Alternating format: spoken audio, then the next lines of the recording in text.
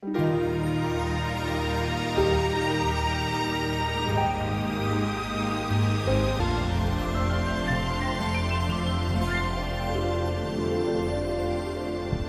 hay cosas importantes en la Biblia y cosas no importantes. No hay en la Biblia doctrinas principales y doctrinas secundarias. Toda la Biblia, desde la primera letra hasta la última letra de la Biblia, en el texto original en que fue escrita, es inspirada por Dios. ¿Creemos eso o no? Muy bien.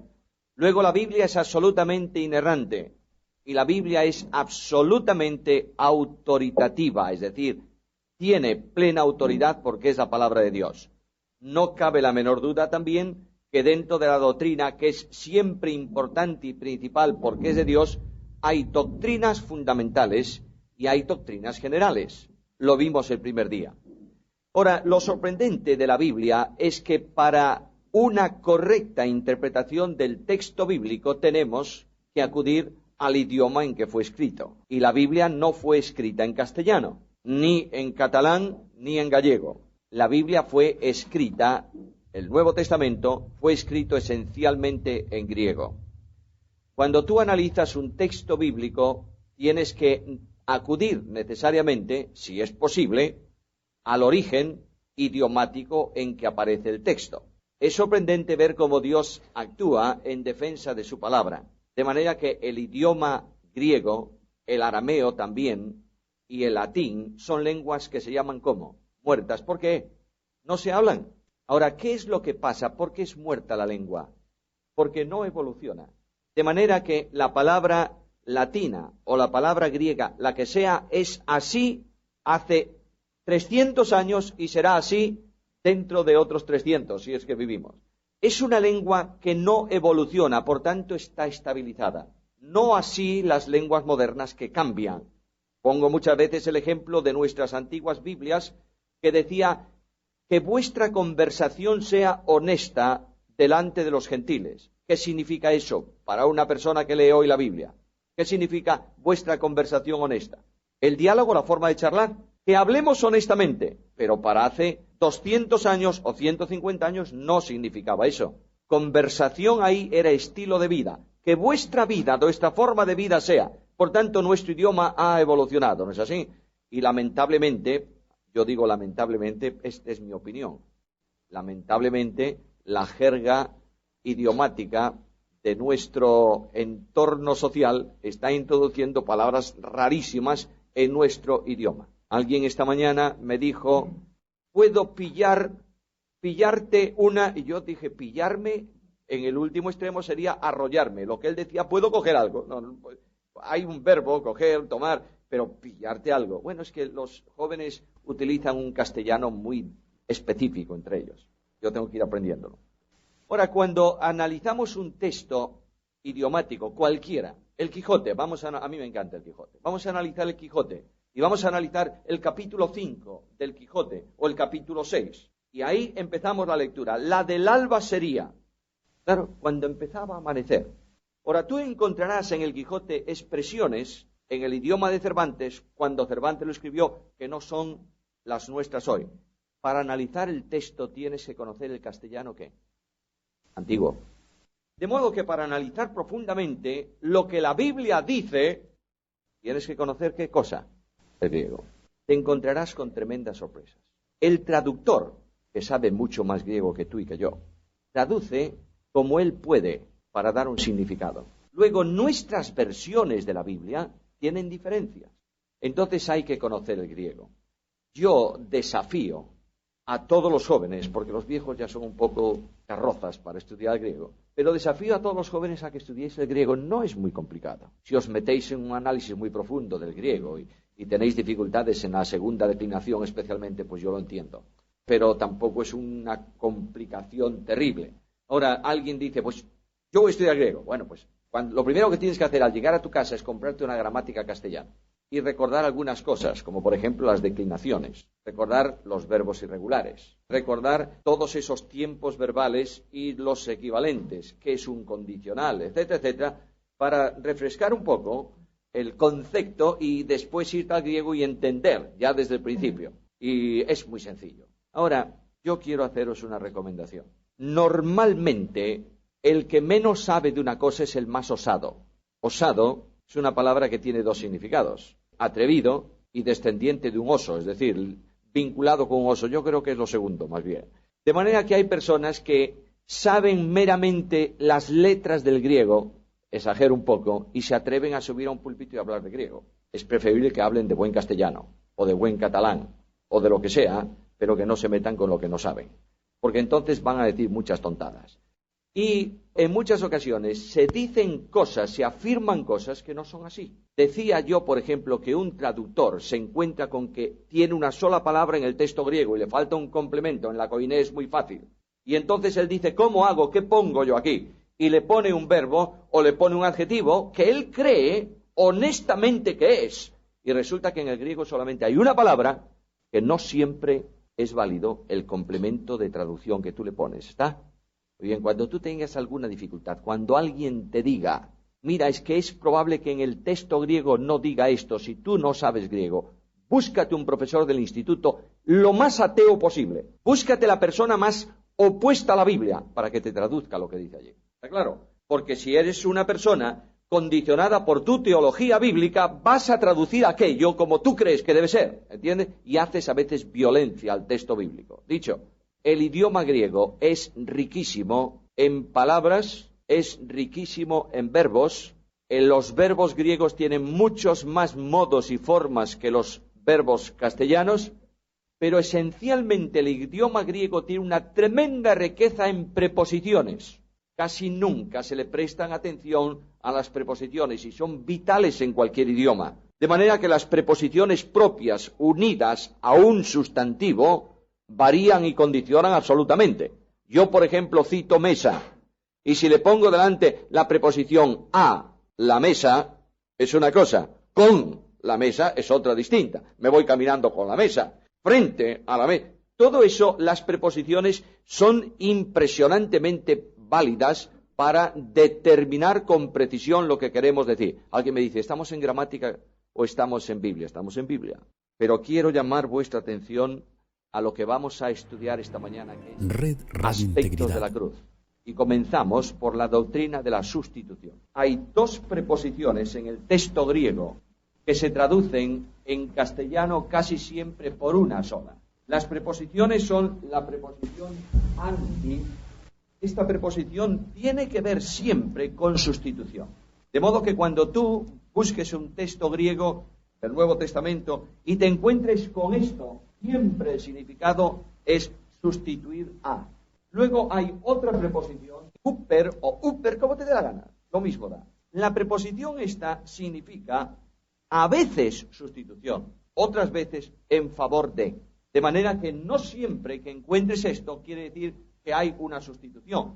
Siempre que encuentres anti sí, pero siempre que encuentres la otra no. Entonces, ¿cómo sé yo cuándo esto habla de sustitución y cuándo no habla de sustitución?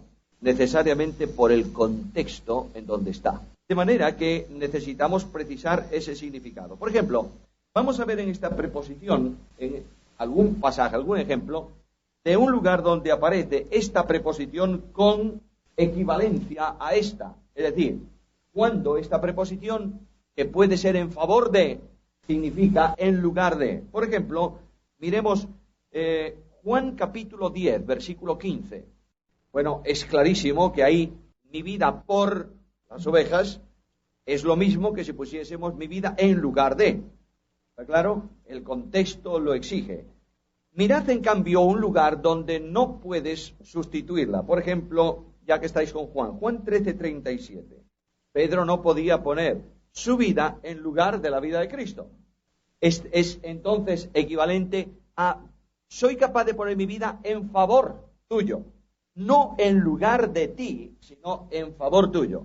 Por tanto, aquí exige el estudioso de la Biblia llegue a un lugar en donde aparece esa preposición y se pregunte qué es lo que el texto, el entorno, exige para esa preposición. Aún así, habrá pasajes en donde existe una profunda dificultad de determinar si es en favor de o en lugar de. Entonces, ¿cómo puedo yo llegar a definir la doctrina de la sustitución? ¿Cómo sé yo cuando la Biblia enseña que Cristo ocupa el lugar de? o cuando Cristo muere en favor de él.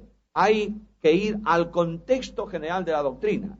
Y esos lugares en donde son difíciles de precisar, los dejamos para ocuparnos de la mayoría en donde la definición es clara y establecer sobre lo que es claro la doctrina fundamental. Hermanos, yo sé que esto a veces es difícil de entender.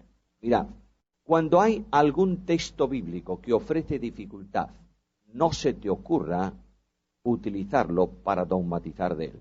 ¿Estáis entendiéndome lo que digo? Porque es difícil. Cuando Pablo escribe la carta a los Corintios y dice, por lo que aflige, o por lo que la opresión, cuando habla, ¿recordáis? ¿Sabéis a qué me estoy refiriendo? No. Cuando dice, es mejor que el soltero se quede como está por lo que oprime, por lo que aflige. ¿Qué es eso? ¿Qué quiso decir Pablo? ¿Tú sabes lo que quiso decir? Yo no. No hay nadie que diga qué quiso decir Pablo. Quienes sabían lo que Pablo quería decir, ¿quiénes eran?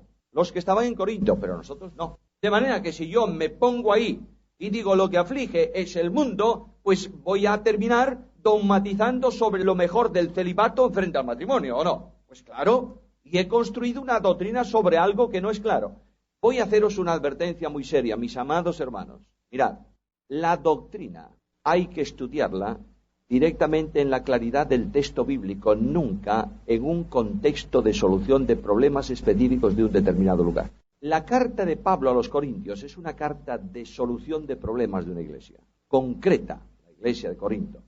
Pablo acude a la solución de problemas específicos de aquel entorno.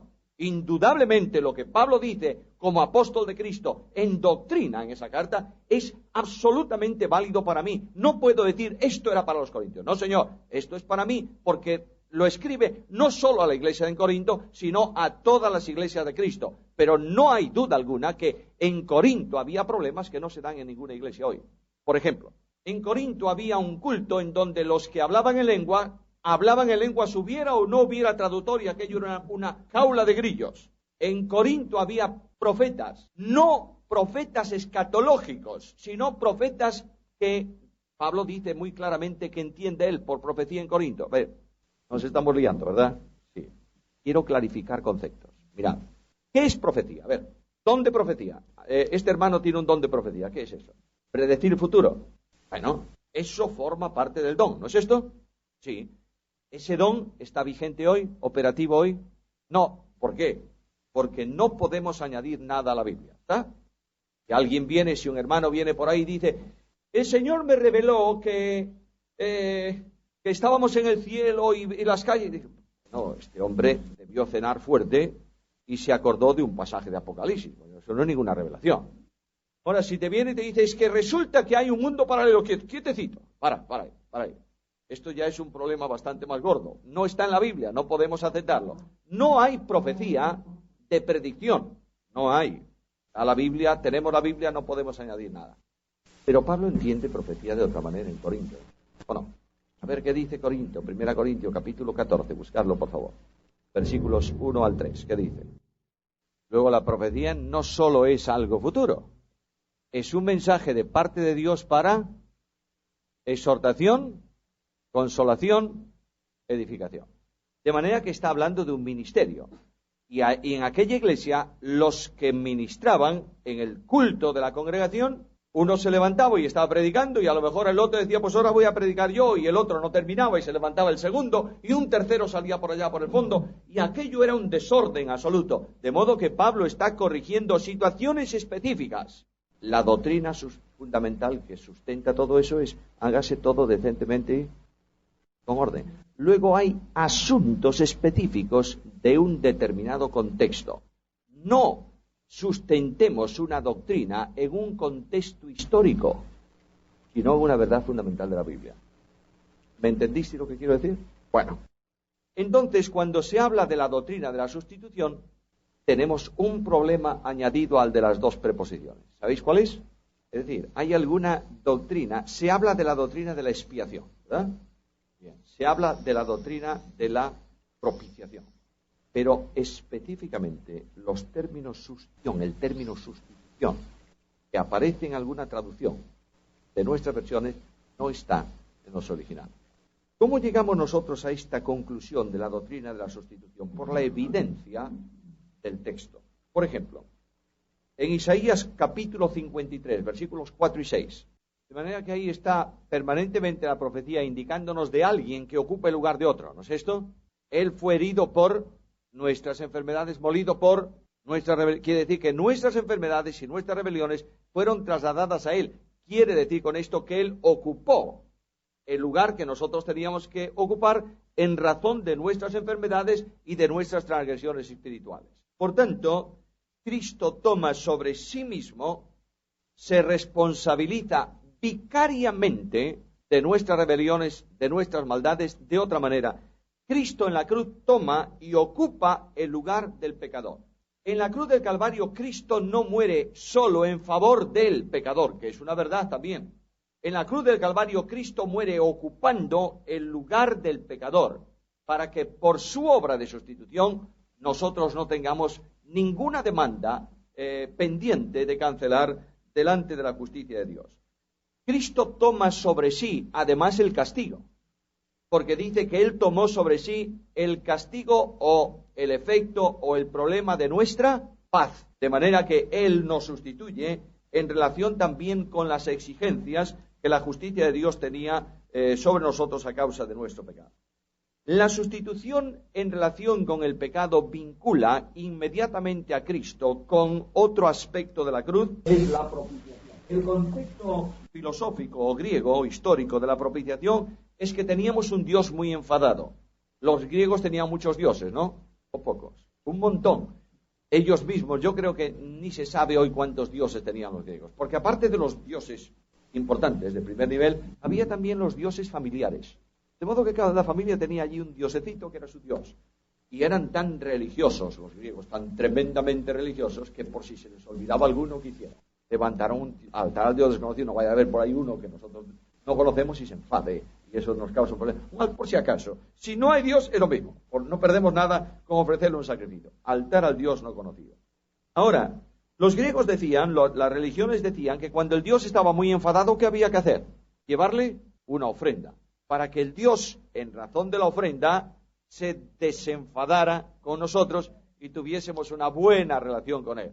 Cuando los hombres no le llevaban algo bueno al Dios, el Dios lo tomaba por sí mismo. De manera que las mejores mujeres del mundo, según la mitología, las mejores mujeres del mundo para los dioses. Y los mejores vinos del mundo para los dioses. Y los mejores lugares de la tierra para los dioses. Por eso cuando Pablo viene anunciando la cruz de Cristo y le dice a los griegos, señores griegos, no hay muchos dioses, solo uno. Los griegos dicen, oye, pues cosa curiosa. Bueno, puede ser, porque ellos deseaban oír una novedad cada día. Es probable, un Dios solo, qué bueno, mira tú. Y ese Dios tiene un solo hijo. ¡Qué bárbaro! Y ese Dios regaló a su hijo para que muera por los hombres. Está loco. No es posible, la cruz es locura para los griegos. De manera que lo que está diciendo la mitología nada tiene que ver con la Biblia, ¿verdad? Porque la propiciación, como cualquier asunto de salvación, no es el hombre el que la hace, sino que es Dios el que la realiza. De manera que el pecado en la propiciación, la propiciación antigua, de la antigua dispensación, el pecado era cubierto. Bienaventurado aquel cuyos pecados son perdonados y cubiertas sus rebeliones. Esto era la expresión típica del concepto hebreo de propiciación. Moría el animalito en lugar del pecador y la sangre de ese animal llevaba el pecado. No, cubría el pecado. De ahí que cuando se habla de salvación en el Antiguo Testamento, dice que Dios en su paciencia pasaba por alto, pasaba por encima los pecados pasados con vistas al sacrificio definitivo que se iba a realizar ¿en dónde? En la cruz. Mira, la sangre de los toros, la sangre de los machos cabríos, la sangre de los corderos no tiene ninguna facultad para limpiar de pecado. Era el simbolismo de un sacrificio perfecto que iba a realizarse en el futuro. Y eso llevaba a los judíos entonces a la identificación con el sacrificio mediante la imposición de las manos sobre el animal. La imposición de manos es enormemente bíblica, habla de comunión. Cuando los misioneros eran enviados, se le imponía, ¿qué decía? ¿Qué se hacía con eso? Pues simplemente la iglesia decía, tú eres la proyección nuestra en el campo misionero. Cuando tú sales al campo misionero, tú eres como si fuese nuestra iglesia en la misión. Por eso hay una identificación tremenda. Nosotros hemos perdido todas estas cosas porque somos a veces tan tremendamente puritanos que nos olvidamos del simbolismo que todavía hay en el Nuevo Testamento. A veces nosotros llamamos símbolos a lo que no son y nos olvidamos de que hay simbolismos que deben mantenerse. Ahora, los pecados serán cubiertos o pasados por alto, hasta que en la cruz de Cristo se produce una enorme transformación de la propiciación. ¿Sabéis cuál es? Cristo no tapaba el pecado. El Cordero de Dios, ¿qué hacía? Lo quitaba. Llevaba sobre sí y lo sacaba del lugar. Por eso, la propiciación antigua exigía un sacrificio anual, ¿o no? Claro. Y todos los años se hacía un sacrificio que temporalmente permitía estar al pueblo bajo estado de propiciación con Dios. Decía yo el otro día, os recordaba, que el publicano oraba a Dios en razón de eso. Dios, sé propicio. ¿Por qué? Porque ahí dentro, en el santuario, en el lugar santísimo, está sobre el arca, en la plancha de oro del propiciatorio, la sangre de un sacrificio que te permite a ti, en razón del simbolismo, pasar por encima mi pecado y yo puedo acercarme a ti, Señor. En el tiempo presente, todo vestigio de pecado en el creyente ha sido cancelado por el sacrificio. Cuando un creyente cree en Cristo, Dios le perdona ¿cuántos pecados? Todos. Los pasados, los presentes y los futuros. Los pecados de acción y de omisión. Los pecados de volición, es decir, voluntarios, o los pecados involuntarios. Dios cancela eso para que pueda haber una relación de convivencia, de comunión entre Dios y el creyente, no en razón de lo que es el creyente, pobre de nosotros, sino en razón de un sacrificio sustitutorio. Yo sé que voy a ilustrarte lo que significa la obra de la cruz en relación con el pecado del creyente. Luego analizaremos los aspectos. ¿Parece? Imagínate por un momento que ahora mismo se convoca el Tribunal Supremo de la Justicia Absoluta, que es el tribunal ¿de quién? De Dios, de Cristo. ¿Y Dios se sienta en su tribunal dispuesto a juzgar? Sí, porque es justicia y es juez. Y viene un ser maligno que se le llama el acusa. ¿Sabéis a quién me refiero? Y este ser va a actuar estoy poniendo una alegoría, una parábola. Este ser va a actuar de fiscal. ¿Parece? De modo que viene delante de Dios y le dice al Señor, ¿conoces a una persona que se llama Samuel Pérez Millos? Y Dios dice, sí, claro, lo conozco. ¿Tú lo conoces? ¿Tú sabes que este hombre en alguna ocasión no te es fiel? ¿Tú sabes que este hombre quebranta todos tus mandamientos alguna vez por lo menos? Sí. ¿Y qué dices tú del pecador? La paga del pecado es muerte. ¿Qué más dices tú? Toda alma que pecare, esa alma morirá. Ahora vengo a reclamar tu justicia. No tengo nada contra él, pero vengo a reclamar tu justicia. ¿Es pecador? Sí. ¿Debe morir? Sí. Hazlo. Y el juez justo, cuya ira está sobre el pecador a causa de su pecado, levanta su espada y dice, quiero que muera, debe morir por justicia, voy a hacerlo. Y en ese momento, en el cielo se levanta una persona y se acerca al tribunal y dice, yo soy ese hombre. Esa persona es Jesús. Y Dios guarda inmediatamente su espada. ¿Por qué? Porque ya la usó contra él. De manera que en ese momento no hay justicia que pueda exigir una deuda que ha sido pagada. ¿Entiendes esto ahora? Ahora todos los aspectos de propiciación, sustitución, todas estas cosas son muy interesantes para tener una amplitud mayor. Pero el meollo de la doctrina es esta. Cristo no solo murió por mí en una cruz, Cristo ocupó mi lugar, por tanto no hay condenación para mí. ¿Por qué? Porque estoy en Cristo. ¿Está claro? Ahora, esta obra de sustitución, de propiciación, que me permite a mí, tan calamidad como soy, acercarme con todo derecho al trono de la gracia, y tengo derecho a entrar, porque estoy en Cristo, esta obra de la cruz produce otro aspecto importantísimo, la reconciliación. Reconciliación tiene que ver con la restauración de un ambiente de enemistad. Vosotros sabéis que hace unos cuantos años, cuando comenzó, hace muchos años que comenzó el lío entre árabes e israelitas, Esto, desde el año 48 que está el Estado de Israel, desde ese día hay lío permanente. De vez en cuando parece que se cansan los dos de lío y hay un tiempo de respiro, pero es para prepararse para un lío mayor. Ahora, en cierta ocasión, el presidente de los Estados Unidos llevó a su residencia de verano en Camp David a dos personajes, al presidente de Israel y al presidente egipcio. Los llevó allí, los sentó a su lado y les hizo firmar un acuerdo de paz. Y el propio presidente americano, hay una fotografía histórica de eso, tomó las manos de los dos enemigos y las unió en un apretón de manos. Desde entonces aquí se ha mantenido esa paz entre Egipto e Israel. Bueno, esa paz se va a romper, ¿verdad? En cualquier momento. En la cruz del Calvario se produce un aspecto fantástico. ¿Cómo estábamos nosotros en relación con Dios? ¿Qué éramos nosotros en relación con Dios a causa de nuestro pecado? ¿Enemigos? ¿Había alguna forma de que este enemigo en relación con Dios pudiese llegar a una reconciliación con Él? No. ¿Por qué? Primero porque el enemigo es chiquitito, el otro que no es enemigo de Él, sino que nosotros lo hemos hecho enemigo por nuestras malas obras, es infinito. Hay cosas que cancelar que nosotros no podemos. Por tanto, Dios hace algo importante. Cada vez que tú encuentres no reconcilió, puedes sustituirlo por esto. Nos cambió de posición. Ahora, esta doctrina a veces se complica mucho y es difícil de entender. Yo voy a procurar hacerla muy comprensible para todos. En Juan capítulo 1, versículo 1 dice, en el principio era el verbo. El verbo era con Dios y el verbo era, bueno, el gran problema de las preposiciones es que el castellano se ha olvidado de una preposición, no la usa. La tiene, pero no la usa. ¿Sabéis las preposiciones propias? Vosotros sabéis que las preposiciones propias son a, ante, bajo. ¿Qué le pasa al bajo? ¿Cómo cabe, hombre? Primeramente bajo. Bueno, pero hay una preposición, sois, silencio, sois unos fenómenos, sabéis las preposiciones y todo, bien. La preposición cabe, ¿la usa alguien? Cabe en el coche. Pero eso será un verbo, no una preposición.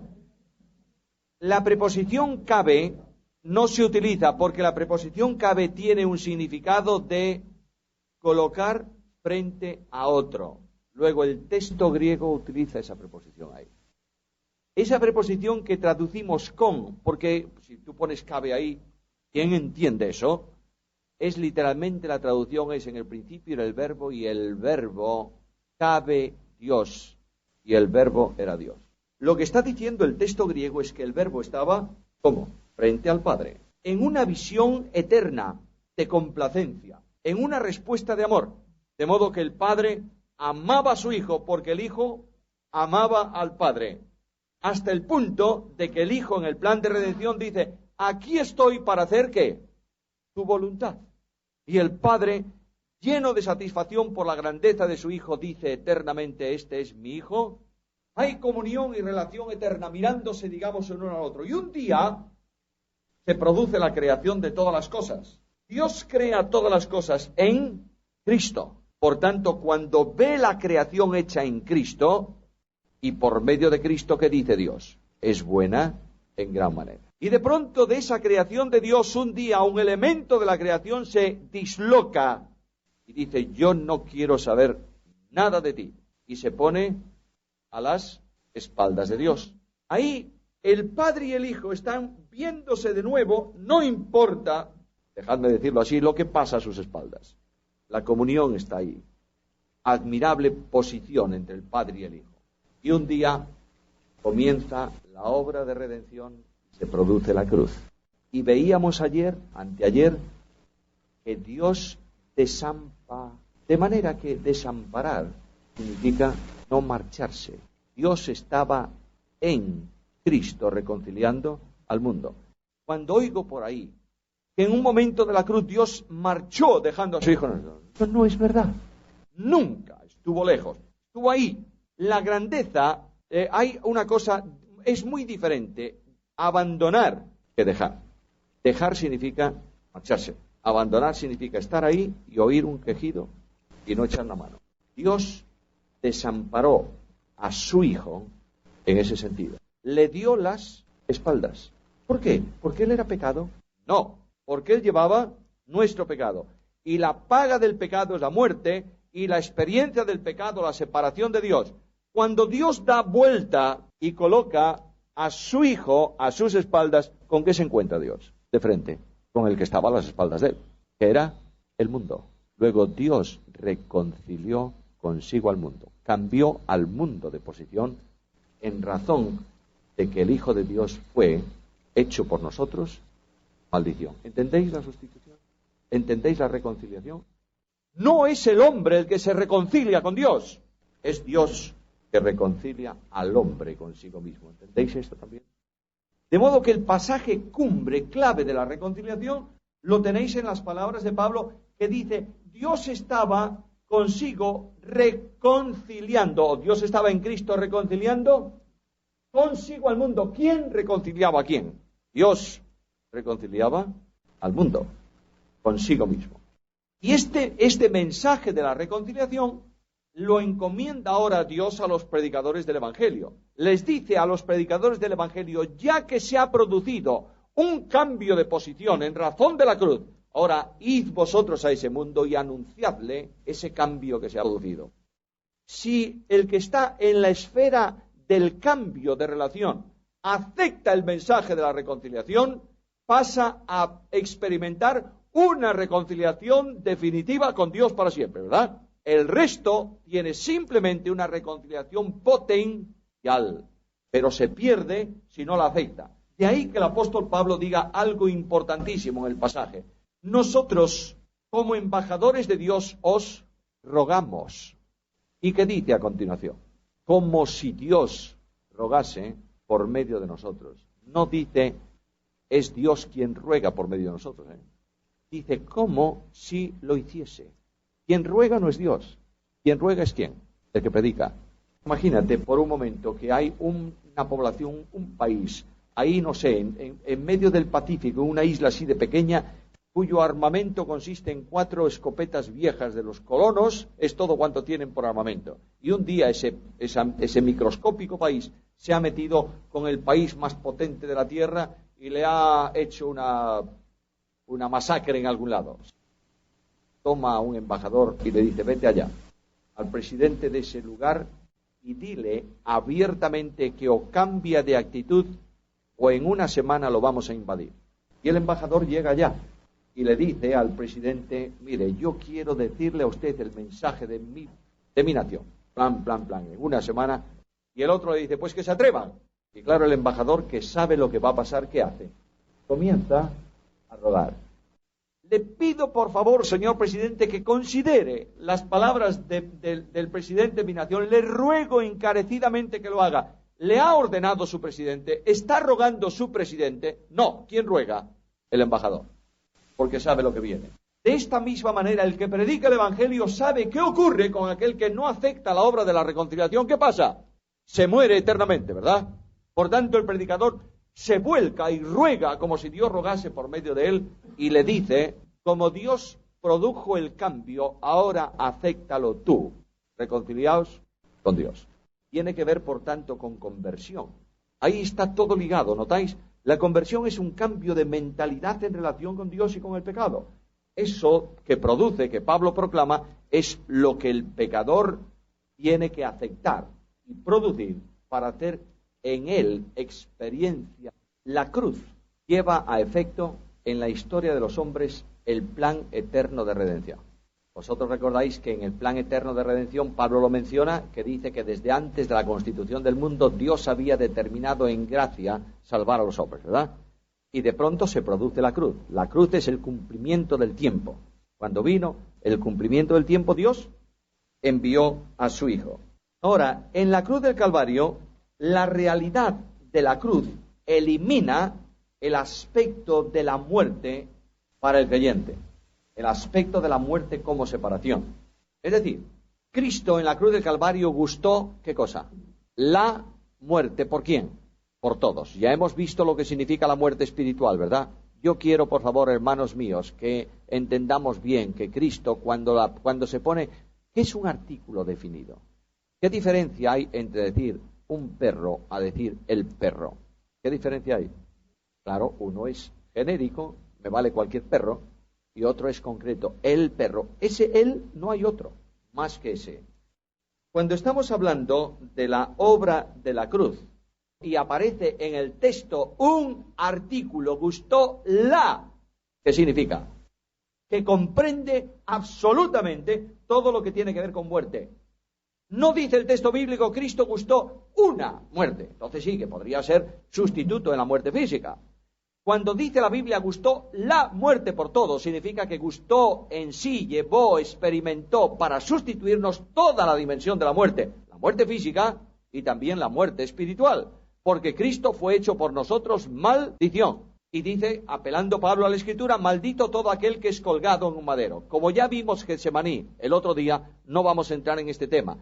En ese momento cumbre de Getsemaní, Cristo entiende la enorme dimensión que es la muerte espiritual. Lo digo con las palabras de un viejo himno de nuestro himnario. Dios mismo te desamparó para ampararme a mí. Por tu dolor, Jesús, Señor, no hay ira para mí.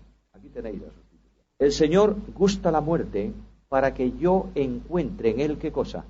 La vida. Cuando, en razón de la obra del Calvario, Dios puede venir a tocarme sin mancillar su santidad. ¿Me estáis siguiendo lo que quiero decir? Yo soy pecador, el Dios Santo no puede entrar en contacto con el pecador, pero como Cristo llevó mi pecado, Dios puede venir a mi encuentro. La intimidad que produce, que hace posible la cruz, es de una dimensión tan grande que la salvación se obtiene por unión con Cristo, no en la distancia. Nadie se salva por estar cerca de Jesús. Solo se salva cuando el Espíritu Santo lo pone en Cristo mismo. Lo dice Pablo, ¿verdad? Dice, juntamente con Él nos resucitó. Ese adverbio, ese juntamente, se puede revertir al original del verbo y decir que Cristo, que nosotros hemos recibido vida cuando nos juntó con Cristo.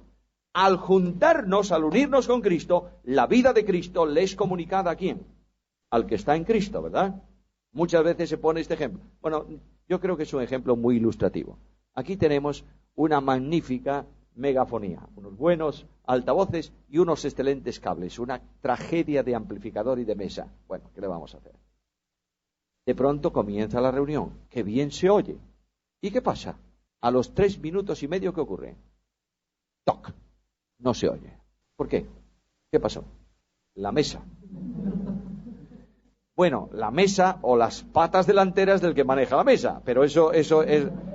Ahora, lo que ocurre, que lo que sí es evidente es que el contacto que estaba transmitiendo la potencia, la energía, llevaba la electricidad, ¿qué pasó? Pero hoy estaba muy cerquita, ¿eso o no? Nadie rompió el cable, ¿verdad? Sigue exactamente igual, solo que unas milésimas de milímetro no le permite entrar en contacto. Así ocurre con el religioso. Está a veces a milésimas de milímetro de Cristo. ¿Se salva? No sé yo. Porque Jesús dice, yo soy la puerta, y solo se salva ¿quién? El que por mí entrare. Luego, la vida eterna es la acción de Dios que une vitalmente al creyente con Cristo. Y esa vida eterna es una maravilla en el pasado y una tremenda esperanza para el futuro, ¿no es esto? ¿Sí o no? ¿Y el presente qué pasa? ¿Vivimos la vida eterna en el presente o no? ¿Tenemos otro tipo de vida los cristianos que no sea la vida eterna? ¿Y la vida eterna qué es? Es la vida de Dios, ¿no es esto? La naturaleza divina. Muchas veces he dicho esto. Creo que ya es reiterativo en exceso. Dios tiene 2 vínculos que sustentan su propia existencia. Esencia y naturaleza. La esencia de Dios está conocida por el hombre mediante atributos incomunicables. Nadie más que Dios es omnipotente, ¿verdad? Nadie más que el omnisciente.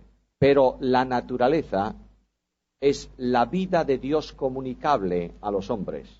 En la naturaleza de Dios está el amor, la justicia, la paz, todas esas cosas que Dios nos comunica. Por tanto, cuando hablamos de vida eterna, hablamos de la experiencia de vivir a Dios.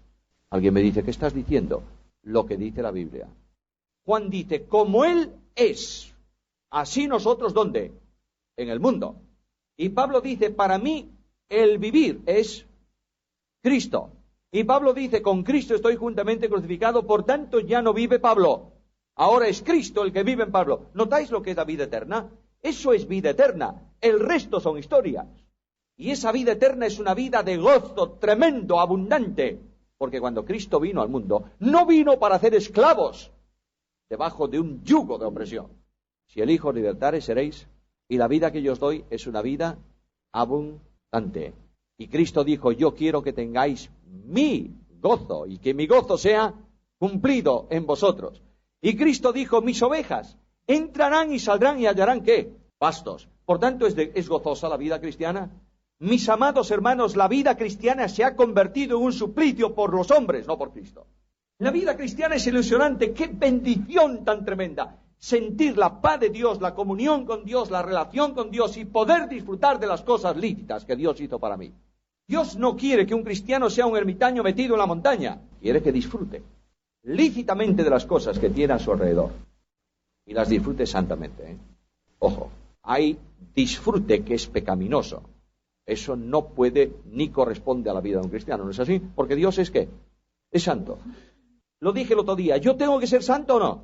¿Sí o no? ¿Por qué? Porque me lo manda. Dios, no, porque Él es santo. Y como el santo vive en mí, ¿qué pasa con mi vida? Pues es una vida santa. Luego, Cristo no haría algunas cosas que yo a veces hago. Ayer iba con Eliseo Paravijo. Íbamos con una conversación tan interesante en el coche, tremendo, que resulta que llegamos a la desviación, ahí cerca de Pontevedra, para girar a la izquierda y tomar la autopista, y yo seguía, y me di cuenta cuando estaba encima del cruce. ¿Y sabéis lo que hice? Frené y me metí por encima de toda la raya blanca, amarilla y tal, y cogí. Bueno, lo digo con mucho respeto. ¿Tú crees que Jesús haría eso? Bueno, dirías tú, ya no se despistaría. Bueno, es verdad. Pero oye, cualquier historia. De pronto el ayuntamiento de la ciudad te pone un paso de cebra a 16 metros y 3 centímetros de la puerta de tu casa. Y tú cruzas la calle por delante de tu casa. Y encuentras un disco en un sitio que pone 50 y dices, bueno. Todas esas cosas no son libertad, ¿verdad que no? Y cuando alguien te lleva a la contraria en la iglesia, ¿cómo te pones? ¿Violento? ¿Te pones violento? Entonces esa no es la vida de Dios. Naturalmente que no. Y sobre todo, una cosa que es opuesta absolutamente a la vida de Cristo es la intransigencia. Dejaré eso para otra ocasión, porque lo vamos a tocar. Pero yo creo que en la historia de la Iglesia hay no solamente los creyentes fuertes, que los hay, y los creyentes débiles. Hay una tercera especie, el intransigente.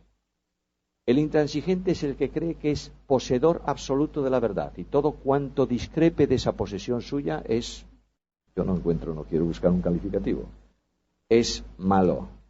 Por tanto, lo mejor es luchar contra el malo. Y ahí se organizan las grandes cruzadas dentro de la Iglesia. No por doctrina, sino por intransigencia. ¿Vosotros sabéis cuál es el trato que tiene que llevar el intransigente según la palabra de Dios? Los intransigentes de los tiempos de Cristo, ¿quiénes eran? Escribas y fariseos. Intransigente, total. Cristo les demostraba con la Biblia. ¿Y ellos qué hacían? ¿Sabéis la mayor intransigencia de un religioso cuál es? Elevar a categoría de doctrina el pensamiento personal suyo.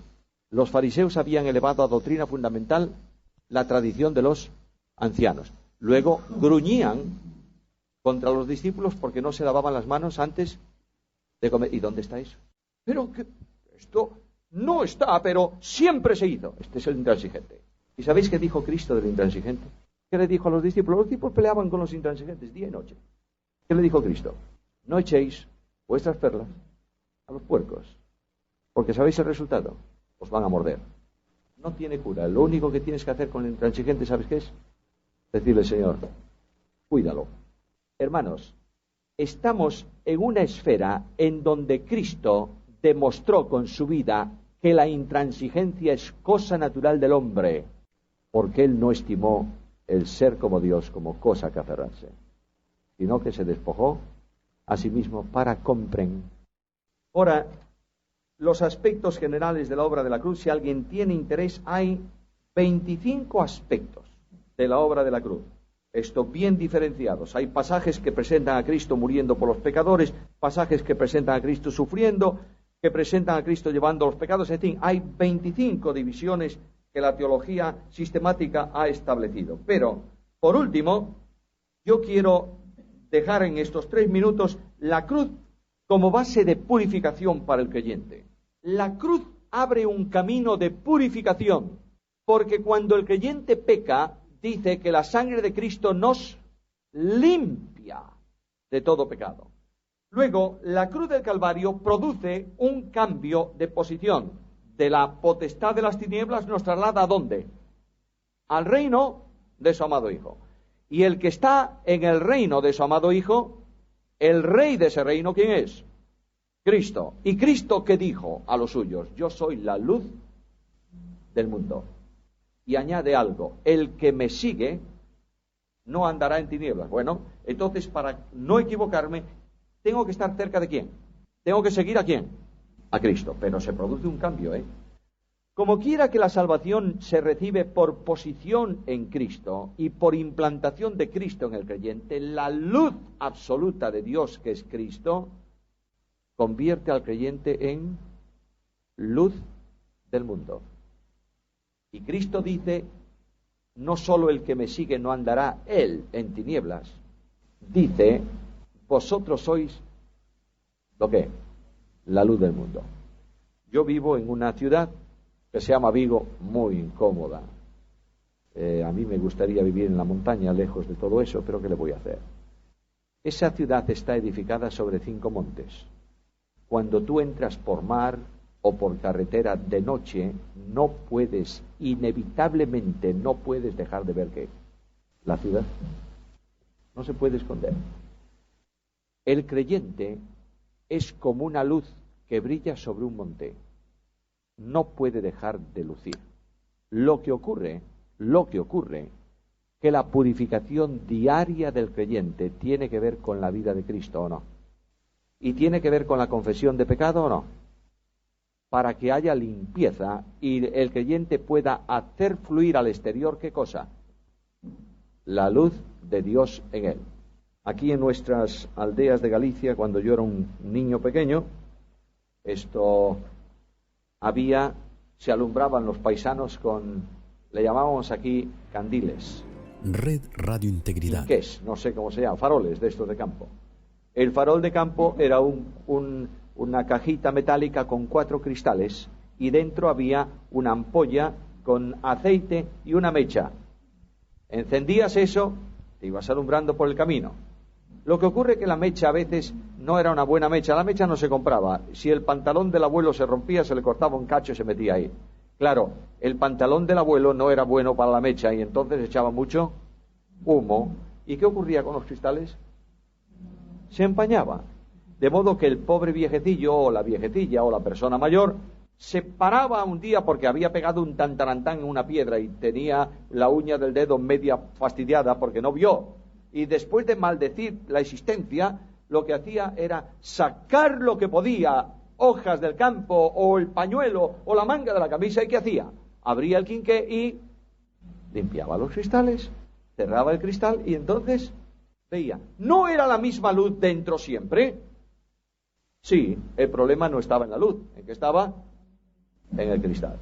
Así somos los cristianos. A medida que el polvo del mundo se pega a la luz que tenemos dentro, ¿qué pasa? Brilla pero no sale. Lo que nosotros tenemos es que ir y decir al Señor lo que a veces cantamos: purifícame, límpiame, Señor.